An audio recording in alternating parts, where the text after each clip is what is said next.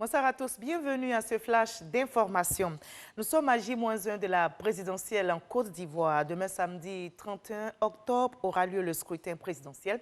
Il ne reste plus que 24 heures pour le rendez-vous dans les urnes. Ils sont plus de 7 millions d'électeurs appelés à élire le futur président de la République. La campagne électorale s'est achevée hier à minuit.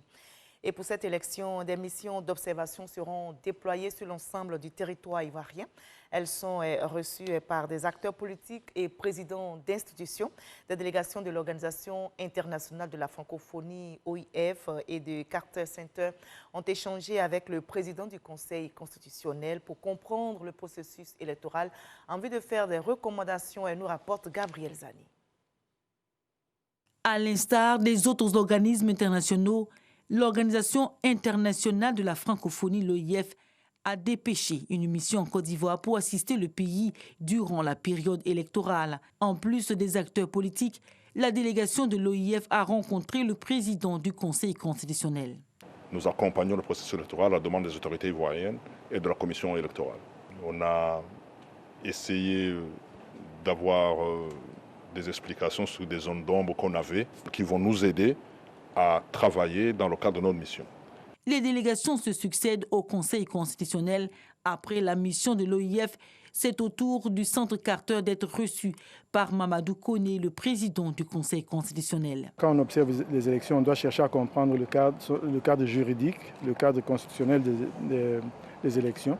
Alors, nous sommes venus ici au Conseil constitutionnel nous informer sur les questions d'éligibilité, les questions de contentieux électoral, particulièrement liées aux élections présidentielles. Comprendre le fonctionnement du Conseil constitutionnel est essentiel pour ces missions électorales d'observation. L'institution est le juge des élections et la seule habilitée à proclamer les résultats définitifs de l'élection présidentielle. Des observateurs de l'UA sont aussi en Côte d'Ivoire pour suivre ce scrutin présidentiel. La délégation a été reçue hier vendredi par le Conseil national des droits de l'homme. La présidente du CNDH a expliqué à la mission d'observation de l'UA les actions menées par son institution dans le cadre du processus électoral.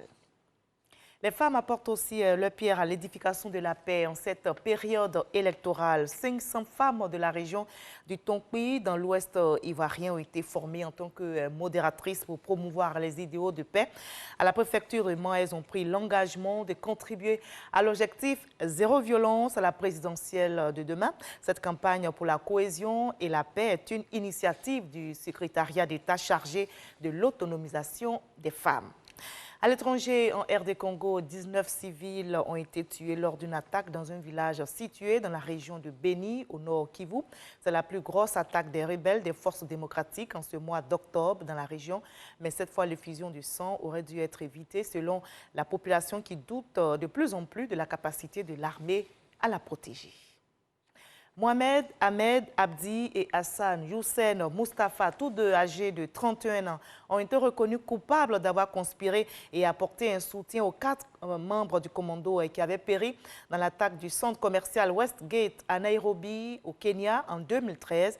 Bilan de l'attaque, 67 morts, attentat revendiqué par les islamistes somaliens radicaux au Shebab, affiliés à Al-Qaïda. Les 2 complices ont été condamnés chacun à 18 ans de prison. L'un d'eux purgera 15 années supplémentaires pour détention de vidéos de propagande djihadiste.